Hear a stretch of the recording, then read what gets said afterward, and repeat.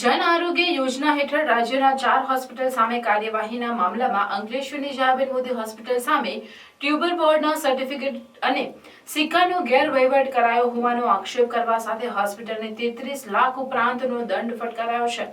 જે સામે હોસ્પિટલ સત્તાધીશો દ્વારા ખુલાસો કરવામાં આવ્યો છે કે માન્યતા પ્રાપ્ત તબીબી અચાનક આવતા બંધ થઈ જતા વચ્ચેના 12 દિવસ દર્દીઓને અગવડતા ન પડે એ માટે સારવાર ચાલુ રાખવામાં આવી હતી, જે અંગે સરકારમાં રજૂઆત કરવામાં આવનાર છે। સમગ્ર રાજ્યમાં ખ્યાતિ કૌભાંડ બાદ જન આરોગ્ય યોજના હેઠળ કડક કાર્યવાહી હાથ ધરવામાં આવી રહી છે, જે અંતર્ગત રાજ્યની 4 હોસ્પિટલ સામે સરકાર દ્વારા કાર્યવાહી કરવામાં આવી છે।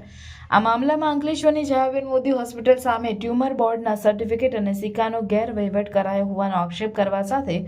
હોસ્પિટલને 33 લાખ ઉપરાંતનો દંડ ફટકારાયો હોવાનો આક્ષેપ પણ કરાયો છે, જેના પગલે ભારે ચકચાર મચી જવા પામી હતી। આ બાદ જયાબેન મોદી હોસ્પિટલ દ્વારા પ્રેસ નોટ દ્વારા જાહેર ખુલાસો કરવામાં આવ્યો, જેમાં જણાવ્યું છે કે આ ટેકનિકલ બાબત છે અને 13 ઓક્ટોબરથી 24 ઓક્ટોબર 2024 સુધી સીમિત છે, જેમાં 13 ઓક્ટોબરથી જે સર્જન આયુષ્યમાન પોર્ટલ પર માન્યતા પ્રાપ્ત હતા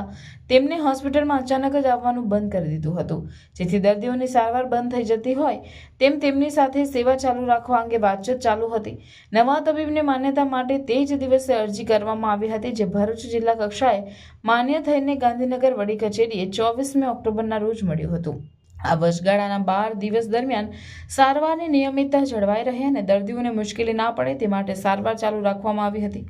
હોસ્પિટલ દ્વારા આ બાબતે સરકારને રજૂઆત કરવામાં આવી છે અને આ વચ્ચેના 12 દિવસ દર્દીઓને અગવડતા ન પડે એ માટે અમોએ લીધેલા પગલાઓ સહાનુભૂતિપૂર્વક વિચાર કરવામાં આવશે। આ અંગે પુનઃ વિચારણા માટે પણ દરખાસ્ત કરવામાં આવશે। હોસ્પિટલ સરકારની યોજના મુજબ જ કાર્ય કરે છે અને તેનું ઉલ્લંઘન ન થાય તેની પૂરેપૂરી તકેદારી રાખવામાં આવેલ છે તેની ખાતરી આપીએ છીએ।